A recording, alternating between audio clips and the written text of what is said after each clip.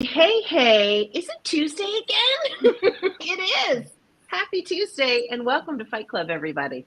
Happy Tuesday. Welcome Welcome to to Fight. Fight Club. Yay. We Yeah. have JC in the house. Megan will show up eventually, we think. We don't know where she is right She now. will. She's kind of MIA, but if we see another screen pop up here soon, we know why. But Yay.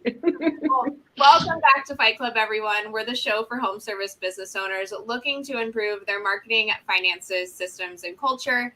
And we're a team of self-employed industry experts. But this week, we get to be joined by JC Chanowski. Thank you so much for joining us, JC. Pleasure to be here. Thank you, ladies. Awesome. Absolutely. Well, JC, can you just give our listeners a brief rundown of yourself and your business? Yeah, absolutely. JC Chanowski, based out of Wilmington, North Carolina. I currently own pressure washing company Keep Your Pro Wash for 13 years and a Christmas light installation company, Patriot Illumination, for the last 7 years. And I've built a wonderful team. I've got an amazing group of people that work for me and have blessed me to be able to do the things I'm able to do now and travel. I'm actually off to Las Vegas today to go to Clipicon to talk about Christmas lights. And I'm just honored to be here prior to heading out and be able to talk to you with you amazing women today. So thank you. Awesome. We're so excited to have you. And you do have your Christmas jacket on as usual. So Yes. we're excited to talk about your wardrobe potentially in my section that you got to see briefly before the show here. Well, my name is Taylor Maroney. For those who are new to the show or returning listeners, I come from a background of marketing. My husband and I actually own a power washing company in South Florida. And my love is really helping business owners understand numbers behind marketing, how to make better decisions based upon that, and then being able to set that consistent plan. So thank you for joining us, JC, and welcome back to Fight Club, everyone. Hi, everybody. Normally, Megan would be here, but I'm going to jump in next. If Megan shows up, hopefully we'll grab her introduction next. But JC, I'm thrilled to have you here. Thank you for squeezing us in, especially before Clipicon. I'm Michelle Myers, co-owner of Pink Collars. We can outsource or insource, I like to say, your customer service reps, although we don't have anybody quite as awesome as your office person, one Liz Curry. I don't know. We just had to name drop there because she's honestly the best human ever and one of our favorites in boot camp. So we wanted to say hi, Liz. Hi, Liz. And then I'm also the proud co-owner of a floor coatings company, Wise Coatings, here in Loudoun County, with my sweet and amazing husband. And I am excited to see you, JC. Welcome to Fight Club. Thank you. Thank you. It's an honor. And I am Martha Woodward. I am co-founder of Quality Driven Software. I have a website called the Pay for Performance Expert, and I owned a maid service for 13 years. So JC and I have been talking quite a bit lately. He is going to be a speaker for an all-day session at the QDS conference, and I'm really excited. And welcome to Fight Club, JC. Thank you for joining us today, and thank you for joining us in New Orleans. Absolutely. It's a pleasure, and I'm excited. Yeah, me too. Awesome. Well, I get to steal you first, JC, and I feel like I know we talked about it already, and I feel like I'd be amiss not to talk about your holiday wardrobe that we wear year round as a form of marketing, because this is a form of branding and marketing in a sense.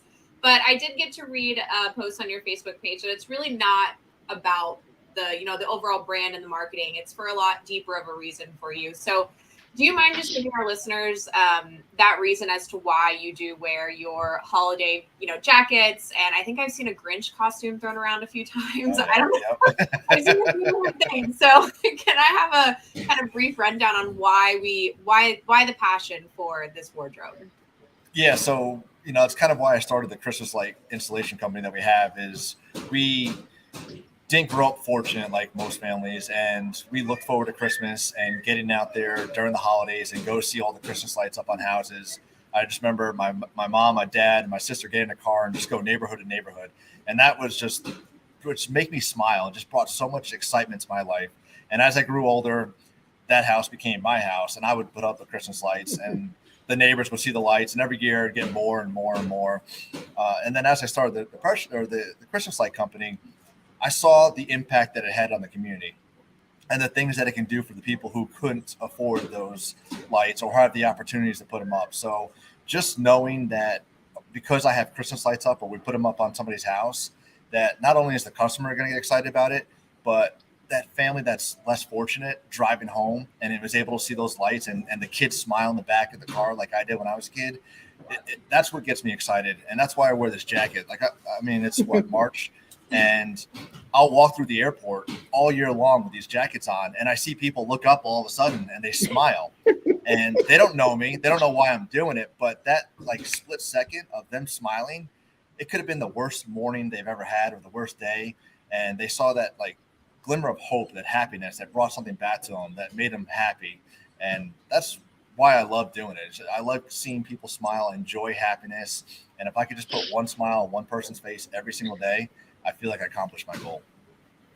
Oh, I love this. It's so beautiful. And it definitely speaks to your heart and that you do want to make sure you are spreading that joy of Christmas year round. And it does tie into branding and it ties into who you are as a person. So thank you for sharing that. And absolutely. When it comes to talking about Christmas lights and talking about how to bring that joy to someone, I feel like that does tie into a lot of the sales process because you're not really selling the concept of lights. Like, I mean, you are, of course we are, but we're really selling that joy, right? That feeling of childhood memories, like you mentioned, and knowing that it's going to impact them for that season and really bring a whole nother element to their Christmas season or Hanukkah season, whichever we celebrate. So can you talk about that side of it? Because obviously you definitely bring that year round with the jackets and the Grinch costumes and the awesome things that you wear throughout the airports. But when it comes to the sale of it, it does tie into that same feeling as well. And I think that's something that is a lot more of an emotional buy than most service businesses get to see on a daily basis. Yeah, absolutely. It's not like selling pressure washing at all. I mean, people need to have their house washed. Nobody needs to have lights put on their house. So when we're selling the lights, we're selling that experience. You know, somebody's putting those lights up for a reason, whether it's the last Christmas, the first Christmas, the childhood memories. Maybe the spouse can't put the lights up, or maybe they're out of town. They want to surprise them. So first we got to connect with them on that emotional level. Like, why do you want these lights up? And once we can figure that out, then we'll work with them to make sure that we're aligning with their vision and making sure that we're meeting that goal for them. So when they turn those lights on at night and they bring all the family in and the friends over, that it's magical. And it's not just like, oh, look, we put lights on our house. Cool. It's jaw dropping and everybody's getting excited. The neighbors are coming out. They're bringing their friends over. Come look at this. So we want to build that experience up for our customers so that it's a lasting experience for them, that next year they're like, hey, we have to call these guys back. They just made Christmas that much better for us. Oh, it's amazing. So we do ask, I was going to ask that question, but you kind of answered it for me. So we ask exactly kind of what the reasoning is, why they need these lights this year. Like, why are they reaching out to you? Why are they looking to kind of add this service on for the year, which is great to see. Now, do you kind of talk about that with your team throughout that process as well? So like they're aware of, say it is someone's last Christmas and it is something that we are doing for them for a very, special last time in their life. Is that something you communicate with the team, or do we kind of keep that within the sales process only? So yes and no. I think if it's tied to a real hard emotional effect, like the last Christmas or something like that, we would talk about that. But the nice thing is about our team is no matter what they do, it could be the first, the last, the only, they're still going to put 100% into that install. Like, when I tell the guys, they can never walk away from a job saying that this looks okay.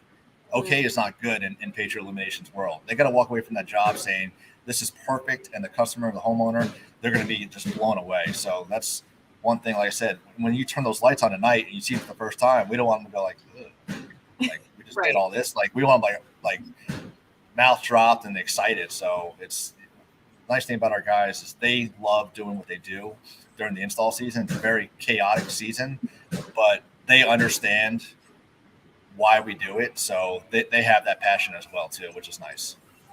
That's beautiful. So I'm going to shift gears because we do have two companies here. So I wanted to make sure we touched on both of them. So I'm going to kind of shift over into the pressure washing side of things for a little bit, because you guys do a lot with reels and kind of short clip videos on Facebook. And that's something that a lot of business owners have been terrified of.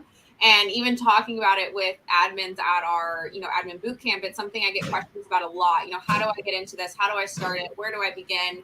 How detailed do I have to get? And you guys do a fantastic job. So I'll make sure to kind of drop a link in the Facebook here to in the Facebook comments to one of your videos, because it does show that you are getting the point across with giving just quick information with visuals attached to that, while still having a call to action at the end, which is really accomplishing everything that a customer and a consumer is looking for in a reel. But how did you get started in that? Because it is a big fear for a lot of business owners. Yeah, and it still is for me. And I'm very camera shy. And luckily, I don't believe that. I don't believe that. It does get me going when I pull that camera out and hit record. Like, I'll tell you how many times I had to hit record like over and over and over just for a 20-second reel. But I do have a phenomenal VA who handles all that for us, and she has done an incredible job putting all those reels together. But the hardest and the easiest thing to do is just to go ahead and hit record and start talking. It doesn't have to be perfect. It's never going to be exactly the way you want it to be. Like, I can criticize every single video, podcast, presentation I do, like down to the bone. But then 100 other people like, that was perfect. And that's all you want to do is take that action, hit record, just hit record and edit it and send it. And don't worry about it. I mean, you might stutter, you might miss a word, you might get something wrong, but as long as you're doing it and starting it, that's all that matters. Because a lot of times we sit there and wait and like, this isn't good, so I'll do it tomorrow. And then tomorrow becomes next week, and then next week is too busy in the season. So just hit that record button. 30 seconds is all you need, and then put it up there and start. And then you can start, getting better over time. But if you don't do it and post it, it's never going to happen. No, absolutely. I agree with that completely. And if you can't get that ball rolling, you never will. And then you don't have that momentum behind you of building that confidence every time we push that record button. So you did mention you have a VA, which is something I know a lot of people like to discuss as well. I'm going to slightly step on Michelle's toes here for a brief second, but it's for a system like that to be included in marketing. It's very important because sometimes you have business owners that do not enjoy marketing. It's not something they like to do. It's not something they want to put their time into. So how did you build the system to get the marketing onto your VA shoulders and for her to handle that? Actually, so interestingly enough, Melody brought Alex onto our team, and she was supposed to be an executive assistant. But then I saw her talents and what she was really good at. And she's like, JC, I want to take this on.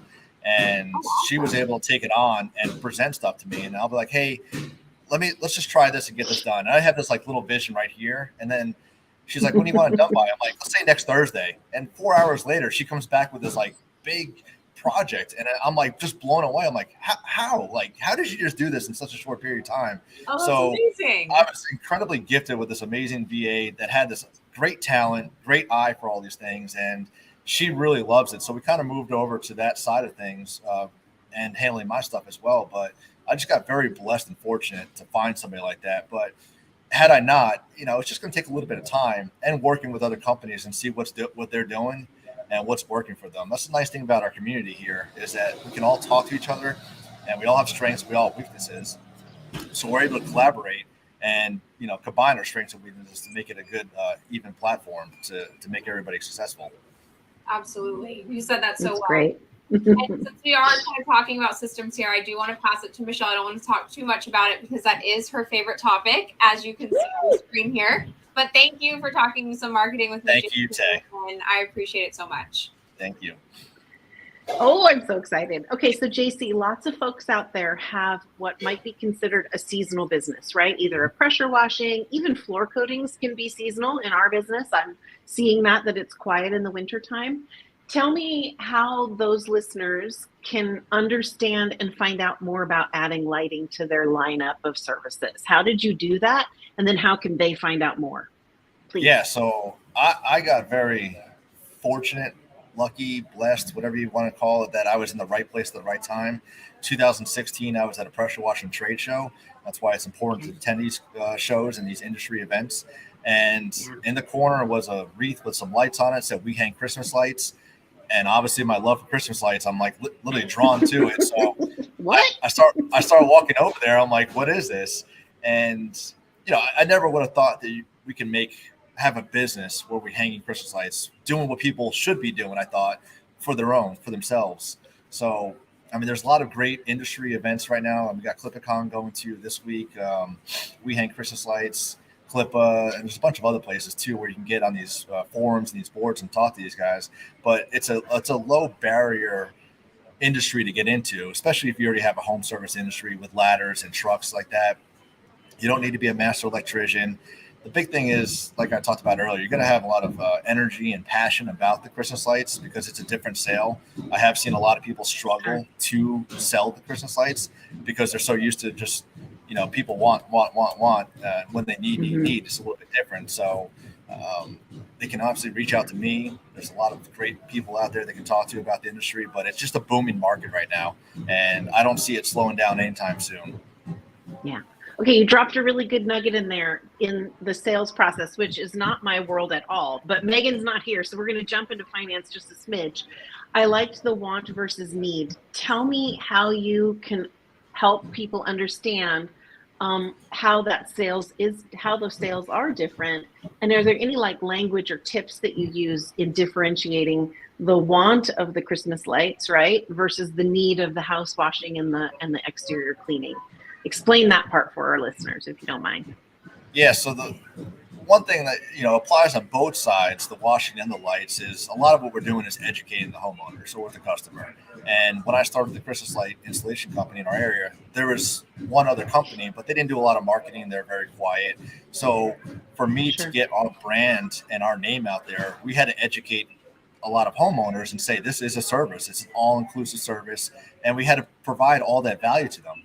We're doing the free install, the free design, installing commercial grade LED lights. We're maintaining the lights, put them on timers, coming back if anything goes wrong, taking them down and storing them. So, all those little things right there packs a lot of value that we got to make sure that customer or property owner understands. We're not just putting lights up and we'll see you next year. We're with you from the day we install the lights to the day we take those lights down. So if anything goes wrong, Patriot Illumination is there for you. Oh, that's awesome. So yeah, it's just educating the homeowner or the owner of the property, all that value that you're delivering when they call you for this service. So again, it's a more of the want. We want our lights hung. We want the Clark Griswold. Sometimes we can't deliver that because it's not in their budget.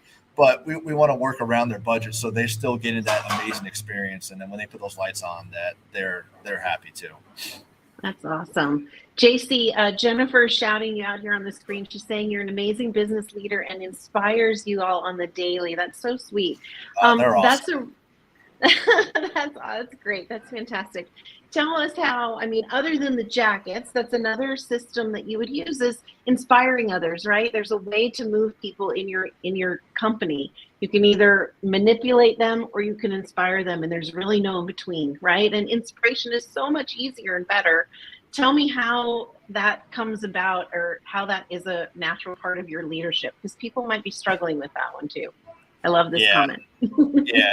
And, I'm constantly developing as a leader, and JC 5 years ago and JC today is a completely different leader. JC, when I was just my father and I, that was toxic leadership. It was, I'd fire my dad every other day and then he'd be hired back. And I know that's not really conducive to a work environment.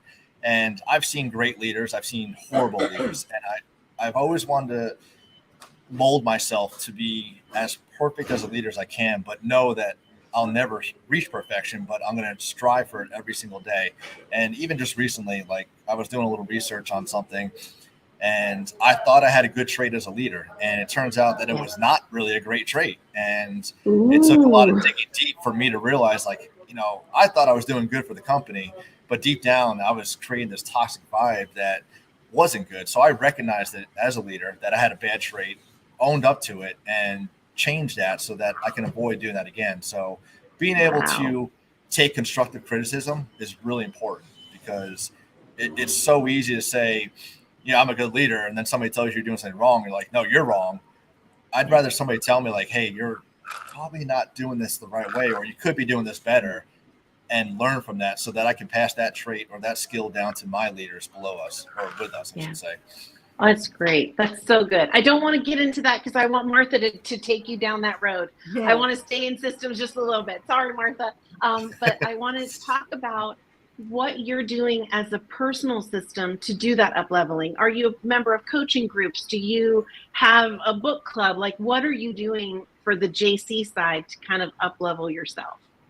Yeah. So one thing, coaching has been a huge part of my success today with Conquer. I joined Conquer 4 years ago, and having Pat Clark as a mentor, Michael Gregory as a mentor, and it's been incredible to my success. I recently joined Apex Executives, and I have a phenomenal coach over there, Sammy, who I'm blessed to be able to talk to, and just having that mentor, that coach.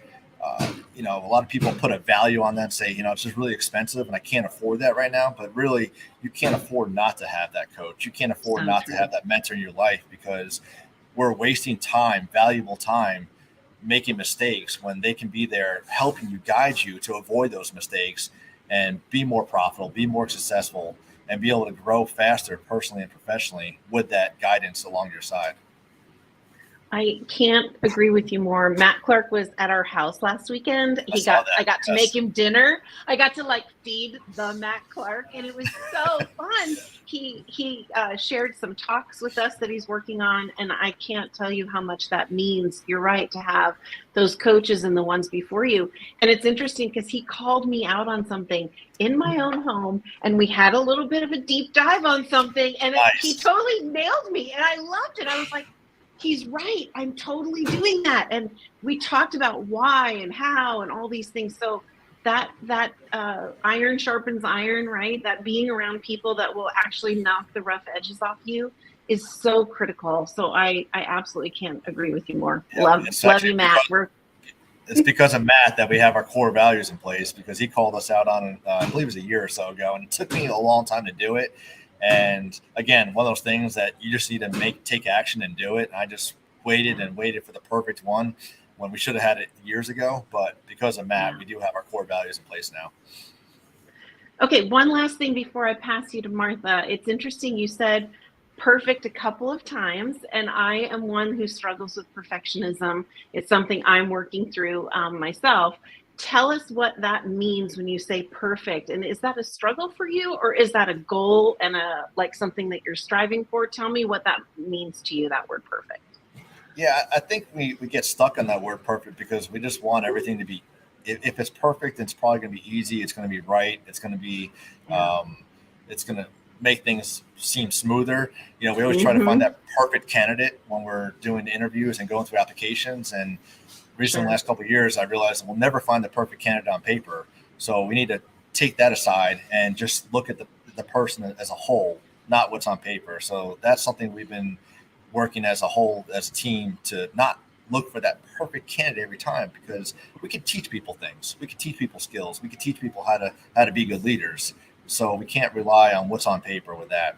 And once we realize that we're not going to get perfect every single time the first time, we're able to take that action and not have a fear of failure or a fear of, this is not going to be successful, or it's not going to look good or sound good when I perform it or talk about it. Yeah. That's great. It's a perfect segue, using the word perfect one more time, to hand you over to Martha. Thank you so much, JC. I'm going to put also a little bit of a link, because Martha wants us to share that JC is speaking at her conference in May. And so please, if you have enjoyed this, he's going to drop so much more knowledge in New Orleans in May. So I'm going to put that quote up here right now. So thank you, JC. Thank you. It's good. Good. So JC, I'm going to put you on the spot a little bit, and you can agree or not agree, but are you willing to share about that one trait that you had to fix to become a better leader? Or is it too vulnerable? No. And I can't think of the actual term right now. And I just posted about it a couple of weeks ago while I was actually in Europe. But it was, no matter what the situation was at work, I would make it how bad or whatever. I would always try to find the positive in everything and trying to bring everybody up and this is going to be fine. This is going to be great. And you got a question? I know what it is. It's called toxic positivity. Thank you. It actually has a term. It's toxic Yes. positivity. It's when it's all rainbows and ponies Yep. and you don't actually get real and talk about the real stuff. You just want to be rah-rah. I Yep, think we might share this one too. So that was me. Like, I'm always happy. I'm always smiling, no matter what. I'm going to work, and like, it doesn't matter what happened at work. The trucks are on fire. I'm like, oh, it's gonna be all right. Blah blah blah. So it's, you know, I was never really recognizing the symptoms or the issues that we should be addressing, and I was just trying to turn every single negative into a huge positive, and not focus on the key little things that should be important. So, and you know, for listeners, one of the reasons that, I mean, you think you're doing the right thing. I totally get that. And I think that we as leaders always feel like we need to be leading in a positive way. But the reason that is toxic positivity is, at least one of them, is that your team will lose trust in you, because the thing is, they know everything's not okay. And when they see you, yeah, everything is good, we're all good. And so they're sitting there thinking, so is everything he says a bunch of crap, you know? Because again, you're not getting real with them, and we can't get completely real with our staff, but we're not telling them, you know, hey, we're on the line for this amount of money, and you know, don't worry about your paycheck, and you know, that kind of thing. But I had to learn that too, JC. I really did. I had to, and I felt like I made really great strides with my staff once I became vulnerable with them and kind of let down some of those barriers. You know, when I had some sit downs and was like, all right, you guys, so here's the situation, you know, and I talked to them, and, you know, we would say positive as in, so here's the action plan. But I wasn't all rah rah, you know. So what did you see when you started being a little more real and started, you know, you gave up that constant rah rah type attitude? well, you know, the one thing is that we all lead differently, and I can't expect my staff to lead exactly the same way I do. So I can't force that upon them to try and be as excited about everything. And it's good to be able to talk to them about what could be wrong or what is wrong and how we can fix it. Because if they think everything's right all the time, then they're never going to recognize mistakes or errors or things like that. So being able to actually sit down, like, all right, you know, we thought this was good, but it's really not, and this is the symptoms for that cause. Then we're able to problem solve together and really diagnose the issue and dive deep into it, rather than, oh yeah, well, it's going to be good, don't worry about it. And then it's just that constant flow of bad and nothing gets better. So being able to sit down and really dive into that and just see what mistakes were or what we could have done better to not have this problem, instead of, oh, it's all right, we'll fix it later. So that's nice to be able to have that open communication, because again, same thing with me. I thought I was doing everything right the way it should be, because nobody told me. We never talked about it. But now that I recognize it, now we can sit down and have those conversations like, hey, this is not okay, and this is what we need to do to fix it, so that my team can come to me like, JC, this is wrong, and we got, you know, this needs to change. So Right. Yeah, Tommy Mello actually talked a little bit about that last week, that and he was doing something similar, and just, you know, always trying to be inspirational, but then realize that, hey, you got to call it what it is. You know, sometimes people, they need, it's not like, you know, I think it's easier with our kids that will be like, no, that's not acceptable. You know, that's not going to be allowed.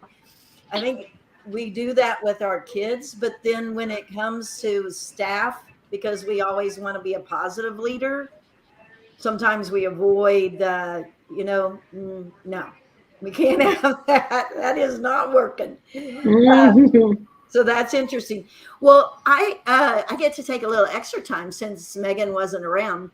What I wanted to ask you initially before you brought that up is, so I feel like, and I'm very much an outsider looking in, but like with my green industry friends, I kind of wonder if their staff like doing Christmas lights. I could be totally wrong, but I get the impression that they don't love it. And but I can tell you really built the culture where that's probably their favorite time of the year, other than they're really busy. Yeah. So how have you done that? How have you made installing Christmas lights and being super busy during the holidays fun?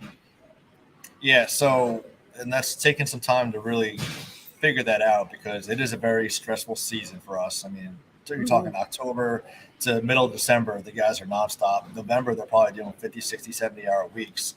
And, we got shorter days. It's darker earlier. That seasonal depression kicks in. So, from the second they come into that office and throughout the whole day, we're there as their Christmas joy, their Christmas spirit. And it is stressful. It's stressful for the office. You got hundreds of phone calls coming in, people happy, people cranky, whatever it is. So just maintaining, that's that part of that culture. It's got to be 24/7. It can't just be seasonal. It can't be on a Monday. It can't be on a Wednesday. That culture's got to be, constant throughout the day. So congratulating them, thanking them, making them breakfast, recognizing them. We do Rockstar of the Month every month. We'll recognize one rock star. We celebrate everybody's birthday at the office, and we give them, I think, a $25 gift card, whether they're seasonal or full-time, because we want them to know that they're part of our team and part of our family. And while they're out there working hard for us all day, we're back here supporting them and appreciate everything that they do, because in the end, they're giving that customer that experience that if it was for us, they probably wouldn't have that this year. So it's just all about just delivering the value to our team because they are our number one customer. Yeah, that's great. And I do see you doing a lot for your team, and you have experienced it. Just telling people how much they're appreciated and meaning it. You can't not mean it, or Right. they will know. Yeah, they know it's real. Yeah, they know what's authentic. And I mean, frankly, we should appreciate. I mean, they drive our company and drive the revenue coming into the company. But you do a really good job at that.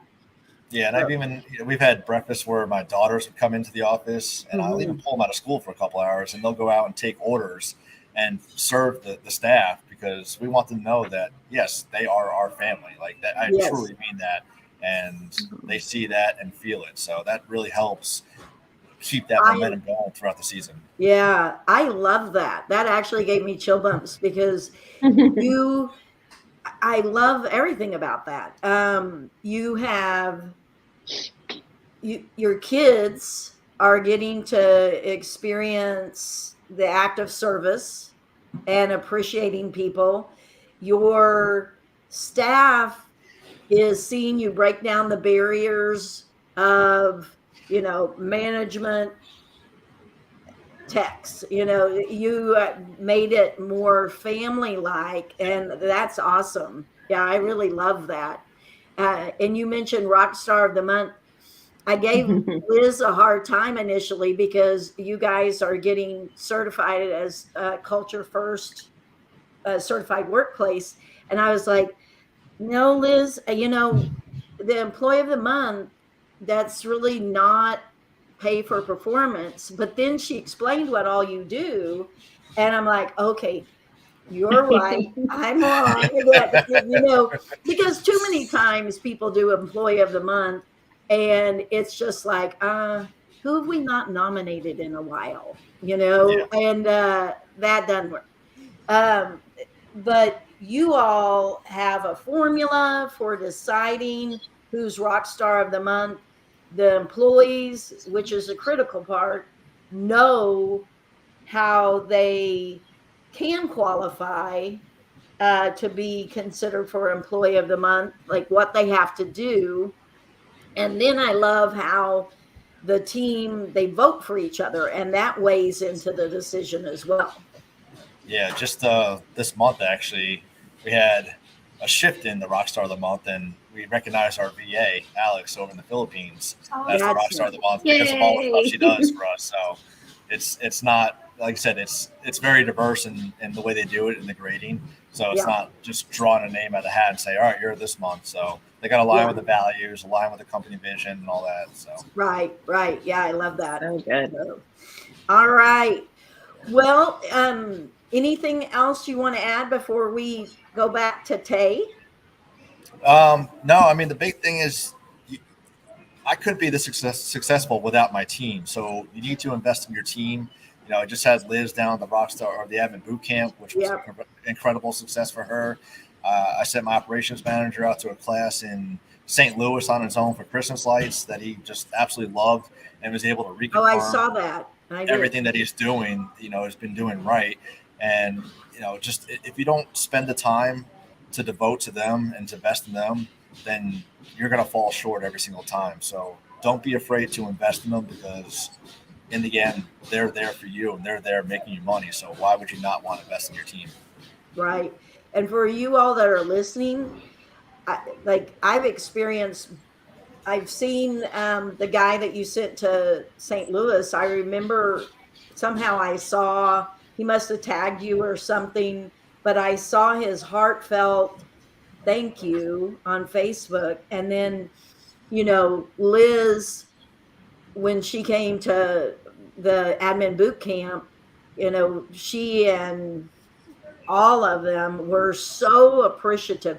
You know, it's sure the travel and this and that are nice, but it really is them soaking in, hey, they believe in me, they want me to grow, they're investing in me.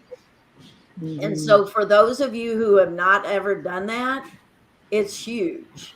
And the returns, you know, not only what they learn, but the connection to your company is tenfold. So Well, do yeah, it. not only that, because, you know, when we go to these shows, we're trying to build our network. So why Right. would your team not want to have a network of their own? So now Exactly. she's got your admin boot camp network that they can align with, and same thing, they'll get out there and talk to people doing the things they're doing every single day and not be alone. Oh, Oh, you made it. Well. Hello. I have nothing to say except I'm sorry, JC, and I will make it up to you. And Martha, your text wins the internet this morning, for the record. I'm so sorry for the listeners. Megan's here, and I'm late, and I'm sorry. And JC, I'll find a way to make this up. I'm really sorry. I got nothing clever, even nothing. I'm thinking there's nothing here. I'm sorry. That's all. Lord. But I went through the whole, do I like join late and make it obvious, or do I just? Of course. No, you Yeah. joined late. Of course. It's fun. We've had fun. And I took up extra time. You should have, because mine would have been very culturally anyway. So that's very good. Well, it actually works out perfect. We still have some time that you can hop in, Megan, if your brain's working and you have enough coffee in you. My brain is working. I have coffee. I am embarrassed, but other than that, I'm fine. There's like so many texts on my phone, including one from Jace. I'm really sorry. But somebody's text said, good, it keeps her human. What? What? That's not very nice. And Rebecca, I'm alive. My assistant was even looking for me. So I'm very sorry to everybody I caused stress to this morning. They're sending out the dogs. They're sending out the search teams. Okay, so Love it. yesterday I learned a lot of interesting things about JC, which I thought was very, very fun. And I was going to talk to you today on Fight Club about the power of people in our finances and the power of culture. But I like to give options so we can also talk about fast growth rates, because I know that you have grown fast. I know that you've done wonderful things very quickly. And I also know that sometimes that can come with some growing pains. I may or may not be experiencing a few of those at Likes Accounting right now, so you can help me out there too. So you've talked a lot about culture with Martha already. I haven't gotten to hear it yet, but I promise to listen back to it. Which one would you like to do? I mean, we could talk about the growth one. Okay. All right. So can you brag for a minute? I don't brag. Yeah, I know you don't. But like, when did you start and where are you at? And you don't have to use exact numbers, but you could use growth rates if you wanted.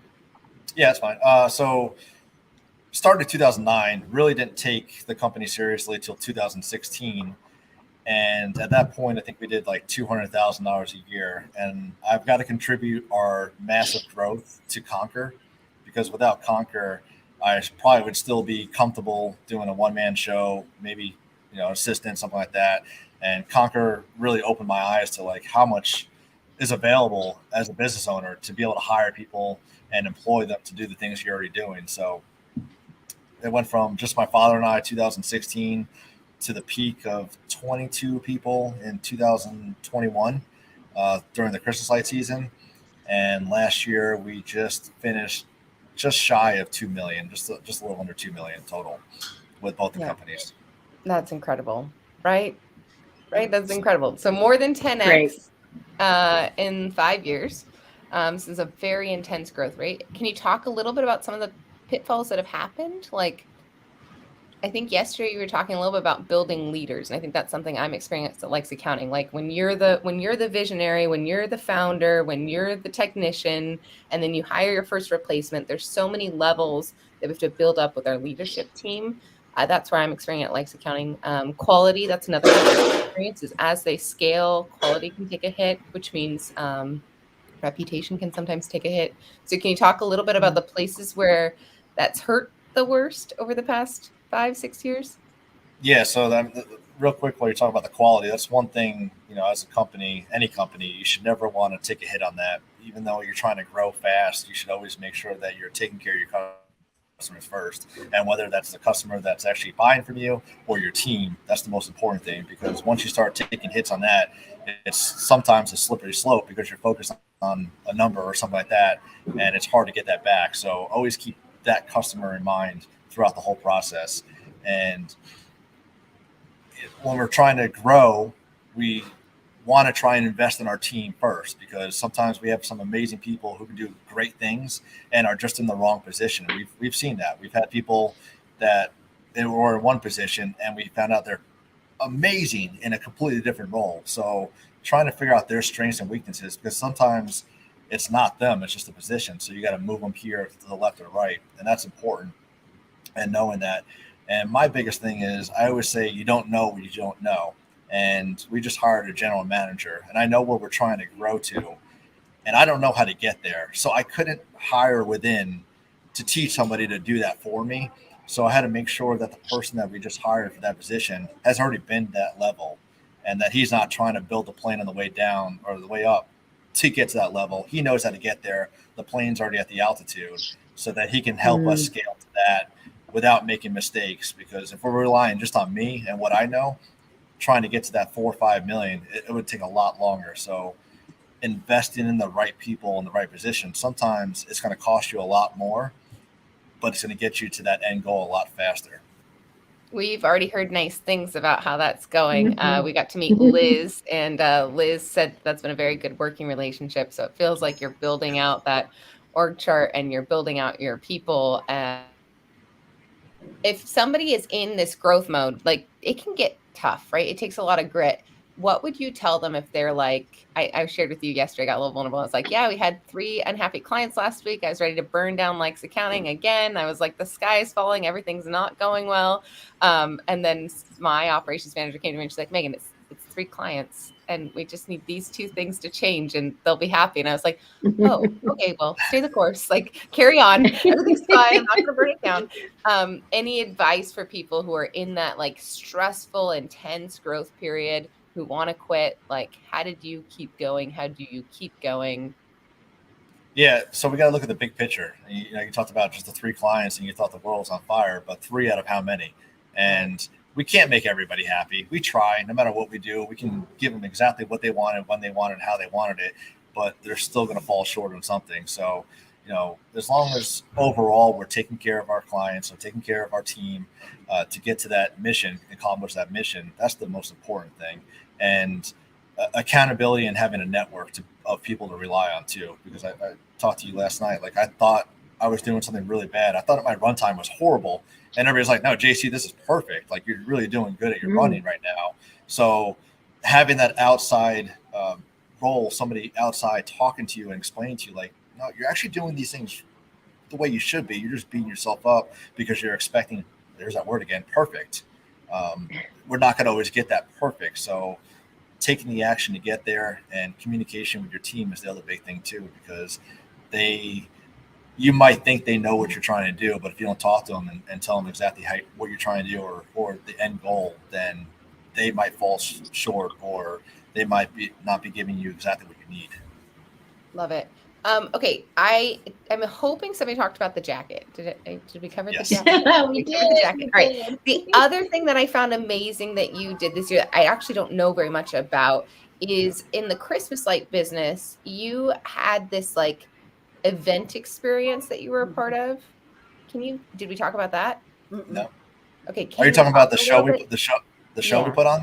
Yeah. Yes. But So like today I'm giving a wealth building class, and I was talking about like, diversifying our streams of revenue, but not getting distracted by like offering too many other services. And I feel like what you did last year was exactly that, right? It's an attraction, it's a lead magnet, it's less labor heavy. There's so many cool things about what you did. And so if you wouldn't mind sharing a little bit for those who are like, I'm interested in, growing my top line, but I don't know what to expand into. It was just very creative. So can you talk on that for a minute? yes, so like I discussed earlier, my love and passion for Christmas lights. Now we have a Christmas light Mr. show. Christmas is how That's our right. mastermind group calls him. That is his name, Mr. Christmas. So we have a Christmas show that's in the area. It's old, it's outdated, it's not exciting anymore. Like, it was the thing that everybody went to every single year, but it's like, yeah, okay, great. And I wanted to bring something to our community so that people can come to and celebrate Christmas, sit down and relax during a stressful day. And I had to pitch it to the property. At first, they're like, no, it's not going to work, blah, blah, blah, blah, blah. And I knew I was not going to make money this year. I understood that. But I knew if we were to deliver this, that the community would respond and the result would be incredible. And that's what we did. So I had a very small goal originally to put these lights up. It was a very small budget, I should say. And as we were doing, I'm like, this is not going to be what the community wants. Like, this is just going to fall short. So I kept digging into the pockets and adding more lights and adding more lights. And again, it wasn't perfect. Like, I was stressing out every single day. I mean, the show went live the day after Thanksgiving, Friday at 5 p.m. And we were literally there at 4:59 plugging in the last light.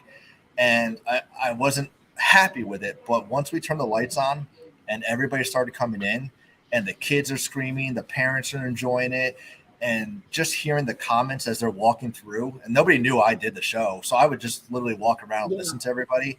And again, we didn't get the number I wanted, but knowing the impact it did in the community and people coming back week after week, telling their friends about it, how excited they are to go to it next year. Now I'll start getting that return on investment. I mean, we already sold a very large commercial job because of that. And we have 3 other very large commercial bids out because they attended it. So did we make a whole lot of money last year? Absolutely not. I mean, negative. But already the return on investment this year going into it, and we haven't even started the season, I think we've already closed, close to $70,000, $80,000 in commercial lights this year because of that one show. And now we have, because of Patriot Elimination, the community has something to look forward to come November, December for them to be able to start those traditions with their family. I love it in so many levels. I'm going to wrap that up real pretty for our listeners. Even if you're not doing Christmas lights, there are ways that you can engage your community with your services. There's a way that you can use your gift in your business to give back to your community, whether that's like donating or running like a donation of a free window cleaning or a free gutter cleaning or a free HVAC service or a free roof. You can engage your community and how you're going to give that away. In some ways, you can think about the light show as the people who couldn't afford to put lights on their house could come here in a very affordable way and still enjoy the spirit of that Christmas, right?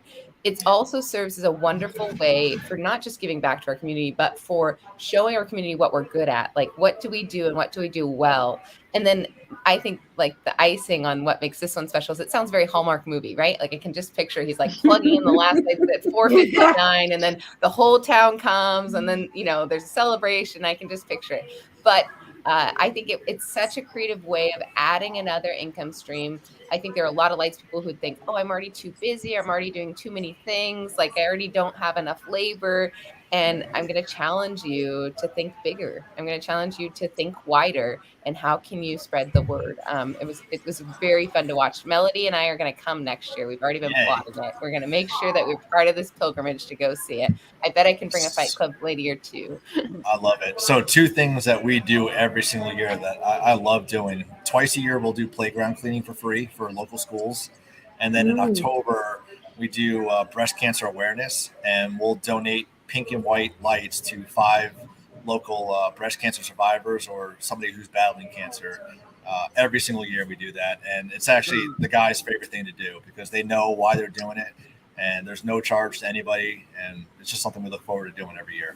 Well, and it gives them an opportunity. If you think about your internal customer avatar at Jeff Likes Caminos is a really young millennial, and they've never had an opportunity to volunteer before. And so now you're giving them an easy way to get involved with their community and to give back.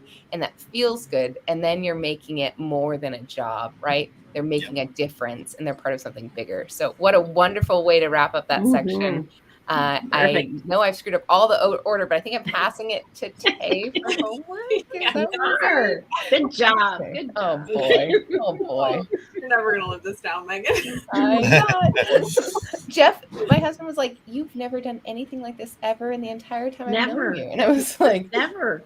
"Wow, okay, well, there you go. I got nothing." Well, on that note, we'll go ahead and switch to homework. And JC, you're more than welcome to give homework once we kind of go through our segments here. But what I'm going to go over now is kind of the rules of homework and what we expect from you as listeners. And that is just to execute on what you were listening on today. So JC gave a lot of amazing information in all three of our segments. And this homework gives you an opportunity to really push the needle forward in your business and execute what you heard today and put into action what you heard today. So we do ask that you only choose one piece of homework. 4 to 5 pieces of homework is a lot to accomplish within a week's time frame. And some of these can get a little bit heavier than others. Some could be easier, some could be a little bit lighter. But we want to make sure that you're executing that and moving that forward. And you can always do another piece once you finished your first one if you are up for the challenge.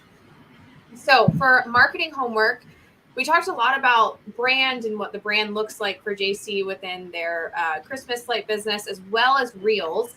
And what I really loved about both of those kind of topics is JC took the initiative to just push himself forward and step into an area that he hadn't been doing before. So bringing the brand to the airport, you know, like that's something that a lot of people don't necessarily think about, but he was being able to spread Christmas joy through bringing that to the airport. And he was also able to do that when he was talking about Reels for both businesses and just taking the initiative to get started.